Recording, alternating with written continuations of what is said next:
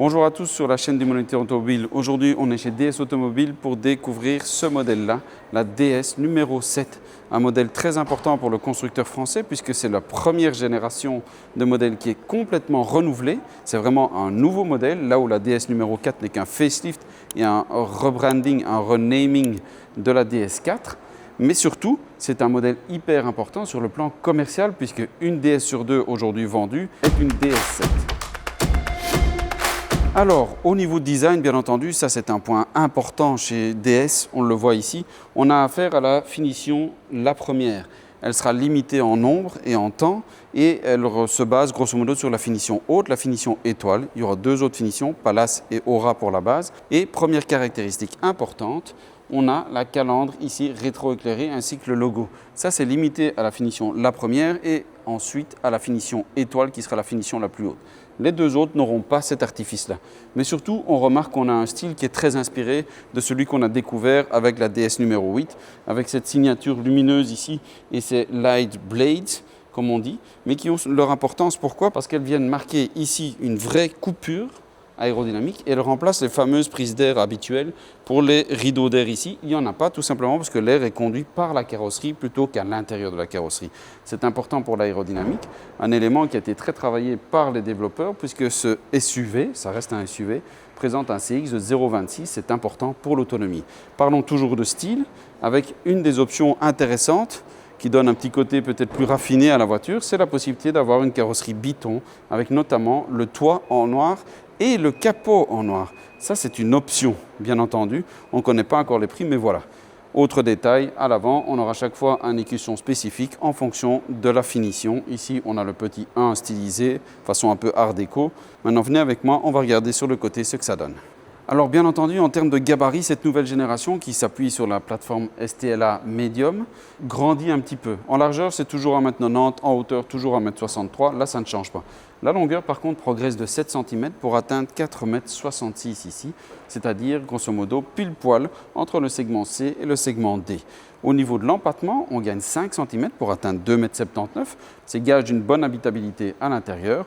On verra si c'est vraiment le cas, mais en tout cas, au niveau proportion, on a quelque chose de plutôt équilibré. Alors, au niveau du style, on reconnaît les marqueurs déjà inaugurés par la DS numéro 8, avec notamment ce coup de gouge ici dans la carrosserie, avec un rebord bien travaillé, comme ça la lumière donne un petit insert chromé visuellement. On retrouve les poignées de porte ici encastrées. Alors bon, le mécanisme n'est pas hyper pratique, mais ça a le bon goût d'être esthétique. Au niveau de l'arrière, les traditionnelles poignées encastrables. Et ici, on a cet élément-ci qui vient donner un peu de mouvement dans la partie arrière. Vous voyez, ça c'est toujours noir d'office, quelle que soit la couleur que vous avez prise. Précisons enfin qu'au niveau des roues, ici, on a la plus grande taille possible, c'est-à-dire 21 pouces, mais ça démarre à 19 pouces. Alors, à l'arrière, pas de vraie surprise. On retrouve la signature lumineuse avec un travail sur la verticalité ici, un petit peu en T, on va dire. Et puis surtout, ce travail sur les écailles ici dans les LED. Bon, c'est plutôt raffiné, ça c'est pas mal du tout. Maintenant, ça risque d'être assez fragile. Il faudra voir un petit peu ce que ça donnera au niveau résistance au coup, etc. Parlons de résistance au coup. Ne vous étonnez pas qu'il y ait un morceau ici, une découpe. C'est tout simplement parce que ça, c'est du plastique. Ça, c'est de l'acier. Donc c'est pour réduire les coûts de réparation en cas de chocs latéraux. On retrouve surtout une grosse partie noire ici qui vient alléger un peu l'arrière de la voiture et quelque chose d'assez sobre avec juste un petit pli ici. Non, la poignée n'est pas là, elle est ici. Vous le voyez, on avait une ligne un peu plus en pente, un peu plus fastback par rapport au DS7. Mais ça ne change rien en termes de taille de coffre, puisqu'on reste à 560 litres. Ça reste plutôt pas mal, avec un double plancher ici pour mettre les câbles de recharge dans le cas présent. Moi, la seule inquiétude que je pourrais avoir, c'est est-ce que ça ne va pas très vite s'abîmer quand on charge et qu'on décharge des bagages, parce que bon, le seuil reste quand même relativement haut et pas de seuil plat, même quand on met le plancher ici. Alors, sur le plan des spécifications, c'est bien entendu un modèle multi-énergie. Il y aura d'abord une version hybride, enfin hybridation 12, MHEV, avec le 1200 turbo, le 3 cylindres, 245 chevaux ici, plus de 1000 km d'autonomie si on se base sur la consommation WLTP qui est de 5 litres 3 au 100, avec un réservoir de 55 litres, mais c'est surtout les versions électriques qui vont nous intéresser. Trois possibilités, une version de base, traction, 230 chevaux, avec une fonction boost éventuellement dessus. Et là, dans ce cas-là, on atteint environ 540 km grâce à une batterie de 73,4 kWh net. Et alors, on a également une version longue autonomie avec le même moteur mais poussé à 260 chevaux ici, 280 en boost. Et là, on peut atteindre 740 km d'autonomie grâce à une batterie de 97 kWh. Alors, on l'a vu, ici, on a une version all-wheel drive, tout simplement aussi un deuxième moteur. Donc, c'est une 4 roues motrices. Puissance combinée 350 chevaux, 380 en boost. Donc, ça devient quand même plutôt confortable ici.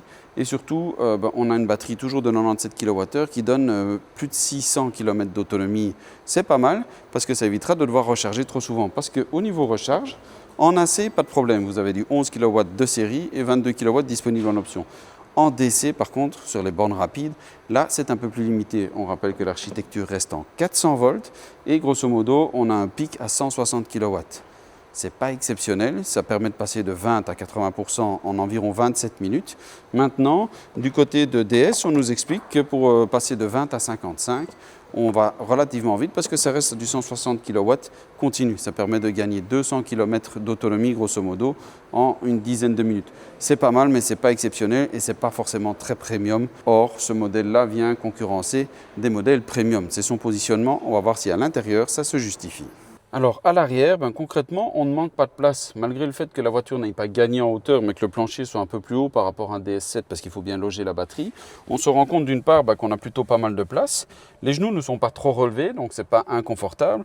Et on peut voir que moi, avec mon 1,78 m, j'ai encore pas mal de place devant mes genoux, alors que la personne devant, elle sera aussi confortable. En termes de finition, ici on est sur la finition spéciale de lancement, donc la première. Donc la couleur du cuir utilisé ici est spécifique à cette finition-là et je vous montrerai après à quoi ça ressemble dans les versions normales, celles qui seront disponibles plus largement. Ce qu'on peut remarquer par contre, c'est en termes de finition et de qualité de finition, on a des plastiques moussés ici, même jusqu'ici. Donc tout ce qui est contact, toute cette partie ici, c'est moussé, c'est qualitatif. Par contre, les plastiques en dessous sont un peu plus durs. Mais le traitement, au moins pour les parties supérieures en contact direct avec la main, sont au même niveau que ce qu'on va retrouver à l'intérieur. Les sièges sont plutôt confortables. On a une belle luminosité, ça c'est important, surtout au niveau latéral, avec 30% de surface vitrée supplémentaire par rapport à un DS7, ce qui sera apprécié de vos enfants a priori. Alors dans l'habitacle, si vous avez déjà vu une DS numéro 8, vous ne serez pas surpris. Il n'y a pas vraiment de gros effets de nouveauté, mais on peut revenir sur certains aspects qui sont quand même intéressants, à savoir qu'il y a un vrai travail sur les matériaux, avec ici de l'aluminium ou quelque chose qui ressemble à l'aluminium guilloché, donc bouchonné, c'est pas mal du tout. On a des matériaux souples, du cuir, je veux dire un volant plutôt agréable à prendre en main. Vous aurez remarqué la fameuse forme en X ici, qui a priori a été travaillée au bout de plusieurs centaines de milliers de kilomètres d'essai. Soit, admettons, moi qui aime bien tenir mon volant à 9h15, je trouve ça plutôt agréable, effectivement. On a les commandes qui sont regroupées ici avec un système un peu haptique. C'est bien, mais c'est pas top, c'est pas aussi bien que des boutons classiques à 100%. Les palettes ici pour jouer sur la régénération. On rappelle que ce modèle permet une conduite one pedal, en plus des différents modes de régénération classiques, les trois modes. Pour le one pedal, il faut appuyer sur un petit bouton ici sur le côté. Mais donc voilà, ça c'est pas mal du tout, même si c'est juste au niveau de ce que propose la concurrence. En termes d'écran, on retrouve les écrans que l'on a dans le DS numéro 8, avec le même système derrière. Donc esthétiquement, c'est plutôt réussi. Au niveau de l'intuitivité, c'est pas mal, mais il y a mieux. Moi, je trouve personnellement que la finition est plutôt qualitative partout. On a ce côté très travaillé dans le style qui est intéressant. Maintenant, c'est peut-être un petit peu too much aussi. On est sur une version à finition haute, mais tous les graphismes qui viennent se mettre ici, là, là, là, et ainsi de suite. Il y a un travail de raffinement, c'est vrai, mais peut-être un peu trop raffiné et trop fouillé avec des styles qui sont parfois un peu différents. Ça, c'est chacun son jugement. Alors bien entendu, il n'y a pas que l'option cuir Nappa qui est disponible pour les intérieurs ici. On a entre autres un intérieur un peu plus original ici, façon Alcantara, qui est pas mal également. Il y a jusqu'à 6 finitions différentes disponibles, chaque fois une claire, une ambiance foncée, pour chaque niveau de finition. Donc on rappelle aura de base, palace intermédiaire et étoile supérieure. On a également jusqu'à 6 coloris teintes extérieures. Donc ici c'est le gris de lancement. Il y a un vert soie également qui est plutôt pas mal également, mais on a aussi des coloris plus classiques dont un bleu et un noir bien entendu pour ceux qui le préfèrent.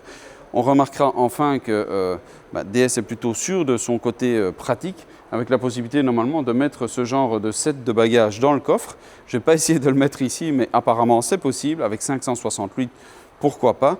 Maintenant, moi je pense qu'au niveau familial, ce n'est pas forcément ce qui est le plus important. Ce qui est dommage par contre, c'est que pour partir en vacances, on ne sait pas mettre de coffre de toit a priori. Il n'y a rien qui est prévu avec le toit panoramique pour pouvoir mettre des rails de toit et donc poser un coffre dessus. C'est-à-dire que vous serez limité à un coffre mis sur l'attache remorque ici. Ça, c'est un petit peu dommage.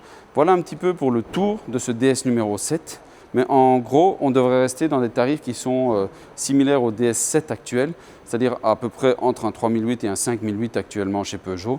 Donc ça restera relativement compétitif puisque ce modèle se situe lui aussi entre deux segments, le segment C et le segment D. On verra bien ce que ça donne, mais en tout cas voilà. Si vous avez des questions ou quoi que ce soit, n'hésitez pas. Notre site est là pour ça. Moi, je vous dis à bientôt pour d'autres vidéos.